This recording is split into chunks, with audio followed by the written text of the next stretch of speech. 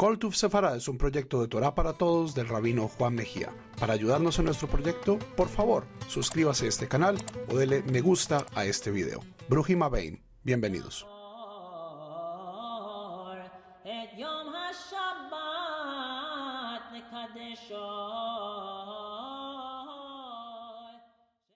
Shalom, queridos Javerim y Javerot, bienvenidos a un video más de Parashat HaShavua en koltuvsefarad.com. Hoy con la séptima y última aliyá de Parashat Bo, la cual se encuentra en el capítulo 13, versículos 1 al 16 del libro de Shemot, el libro del Éxodo.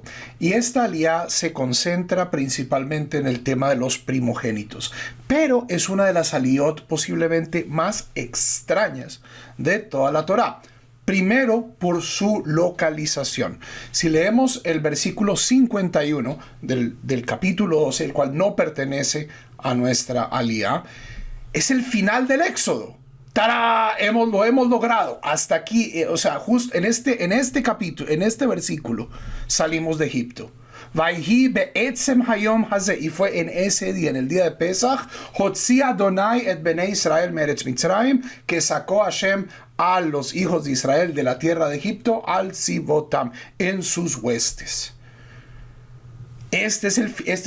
Verdaderamente el éxodo ocurre en este versículo. Y en vez de tener un discurso de victoria, tenemos que Dios le comunica lo siguiente a Moshe. Este es el comienzo ya de nuestra aliyá. Y le dice: santifica para mí, Kadesh li kol bechor peterrechem bibnei Israel, ba'adamu ba'behemá lihu. Los primogénitos, tanto entre los seres humanos como entre el ganado del pueblo de Israel, me pertenecen, santifícalos. Kadesh li kol bechor. Esto es lo que aparece en verde aquí en el texto.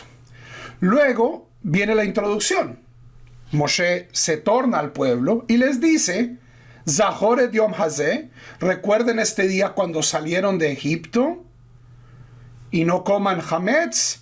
Hoy ustedes salen Bejodesh Ha'aviv, salen en el mes de la primavera.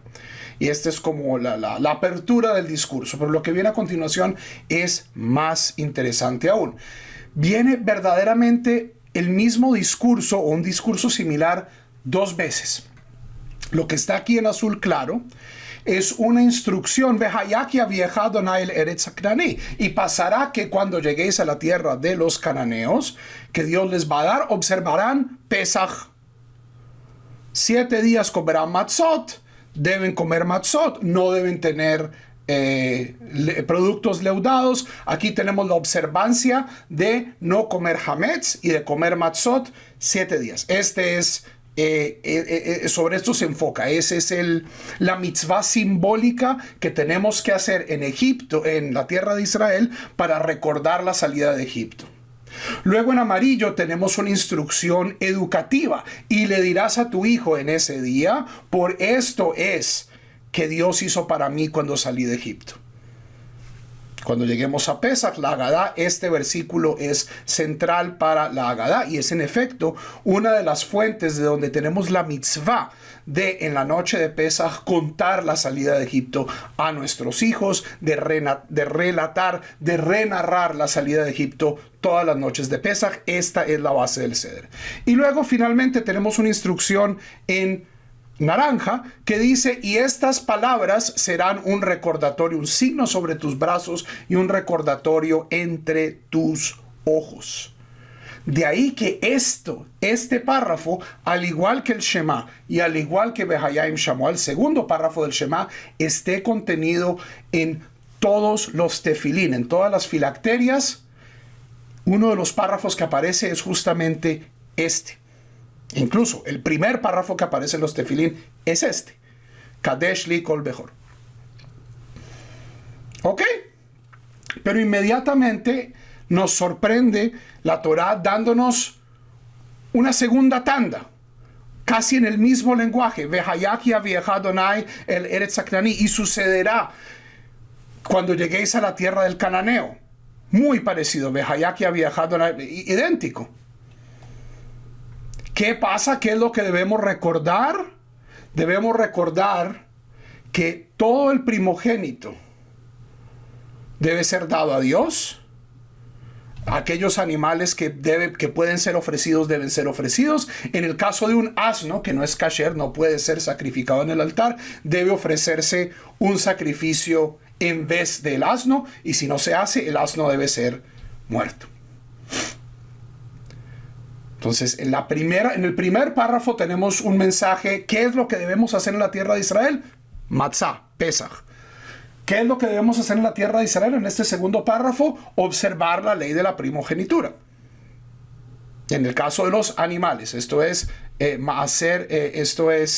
Bejorot, los primogénitos entre los animales. Párrafo amarillo. Y cuando te pregunte tu hijo, ¿cierto? Tenemos una mitzvah que pasa en la tierra de Israel, seguido de un recordatorio educativo, donde se explica, esto lo hacemos para recordarnos de la salida de Egipto. ¿Por qué? Porque el faraón no nos quiso dejar salir, y a través de los primogénitos de Egipto fue Egipto castigado, y por esto simbólicamente nosotros ofrecemos, literalmente, ofrecemos los primogénitos animales como sacrificio a Dios, y los sacrificios, los animales que no se pueden sacrificar, por ejemplo, los asnos, ofrecemos algo por ellos. Y terminando con la instrucción de nuevo, y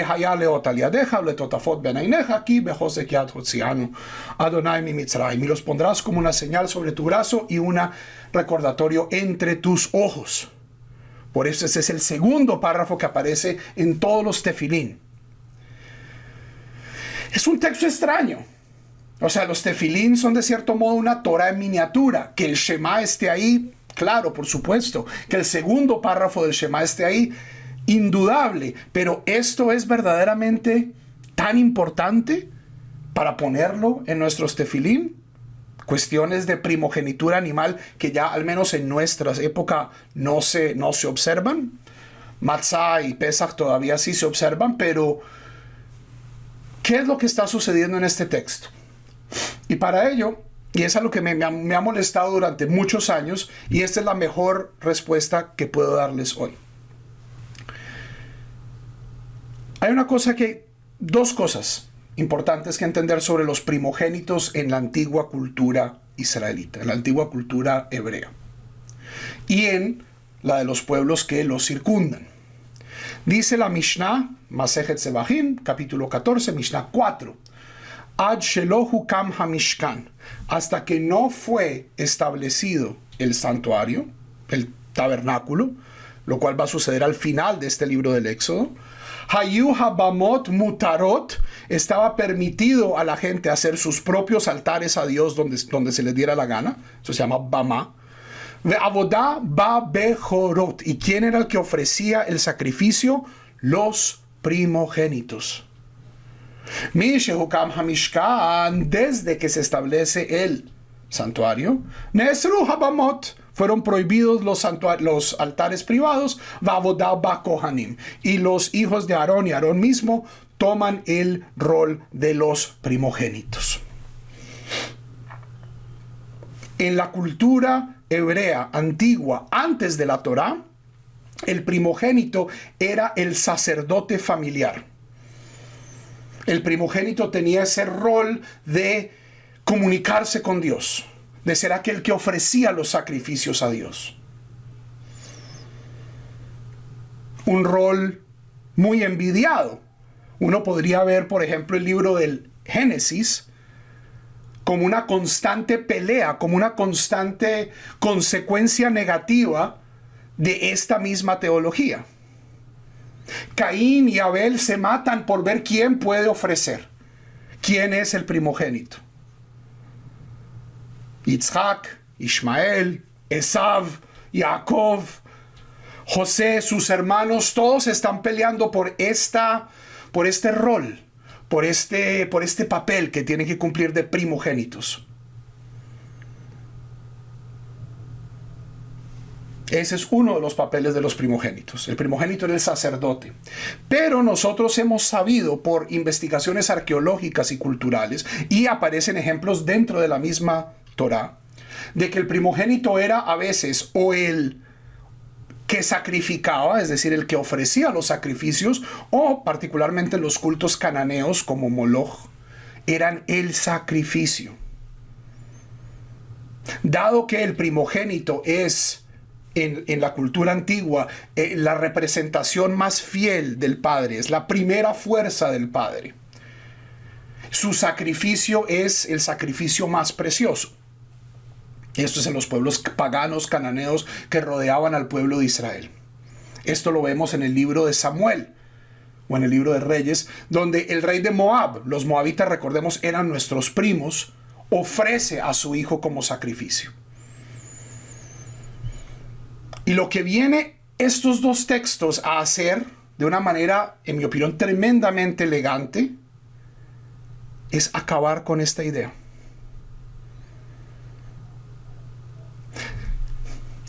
El primogénito que en la antigüedad era o el sacrificador o el sacrificado o el sacrificio, en este nuevo entendimiento simplemente debe ofrecernos su memoria. Ofrecemos los primogénitos de los animales para acordarnos de los primogénitos egipcios. ¿Cierto? O sea, miremos el segundo texto amarillo.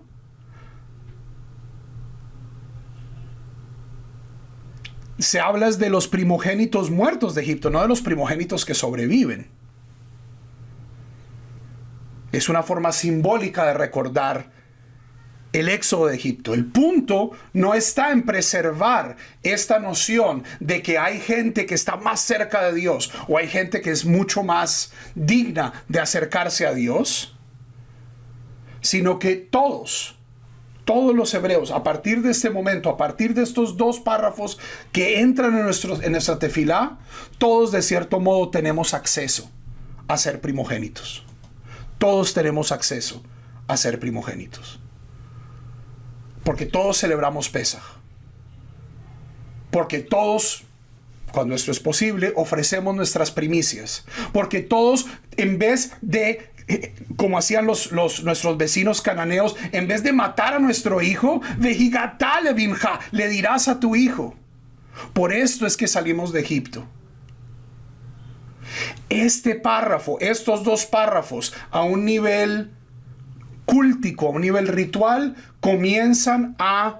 el judaísmo comienza a divergir del origen pagano, de las religiones que lo rodeaban de una manera muy definitiva, donde el servicio de Dios, más allá de una casta privilegiada, más allá de un sacrificio perfecto humano, pasa a ser una labor educativa.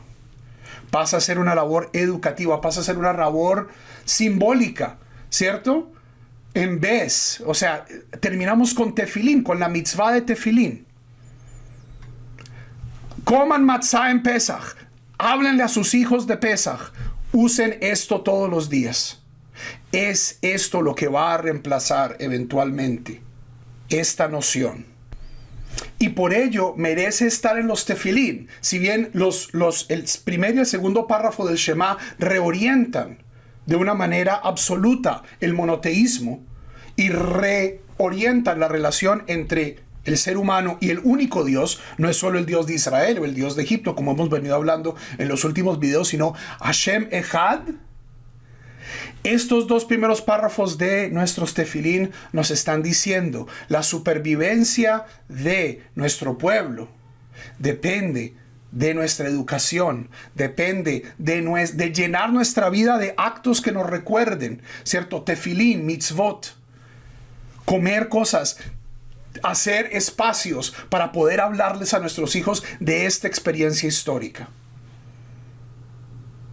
Es moverse más allá de las raíces antiguas, donde los primogénitos eran especiales, ya fuera como sacrificadores o como sacrificios, a un pueblo horizontal, a una sociedad donde a través de la palabra y el acto podemos lograr lo que en tiempos pasados lograba la sangre. Para Kol Tuv Sefarad se despide el rabino Juan Mejía. Shalom.